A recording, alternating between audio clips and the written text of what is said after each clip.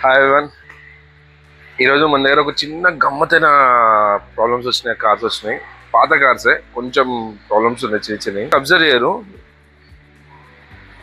ఈ wiper arm అసలు actual ఎవరు అబ్జర్వ్ చేయరు, కానీ దీంట్లోనే ప్రాబ్లం వచ్చింది. ఇది ఇట్లా అంటే వెళ్ళిపోతుంది, కనిపిస్తుందా?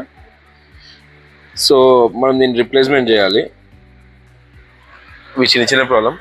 అంతకన్నా ఎక్కువ హెవీగా ప్రాబ్లం ఏంటంటే పోలోలో ర్యాట్ బైట్.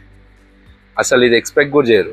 ఆ ర్యాట్ ఎంత టార్చర్ చూపించింది వైర్లను అంటే తట్టుకోలేకపోయింది, కారు బ్రేక్ డౌన్ అయిపోయింది. సో దీన్ని కూడా ఫిక్స్ చేస్తున్నాం ఈరోజు. అండ్ XV500 పవర్ విండో పనిచేయట్లేదు, సో దాని మోటార్ పంపించాము, ఛానల్ చేంజ్ చేయాలి దీనికి. And at the same time దీనికి ఏసీ ప్రాబ్లం కూడా ఉంది, సో అది కూడా రన్నింగ్ అవుతుంది సైమల్టేనియస్గా.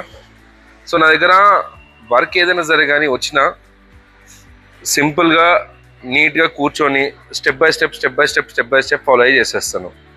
అదైతే యాక్సిడెంట్ అయిన vehicle, so it take some time. Customer approval కోసం వెయిటింగ్.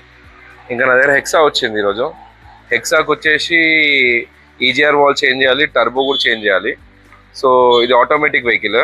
షోరూంలో కూడా 2 వీక్స్ 3 వీక్స్ టైం పట్టింది, బట్ ఇంకా అక్కడ పార్ట్ రాలేదు. But I got the part. And next వీడియోలో మీకు ఆ పార్ట్ చూపిస్తాను నేను.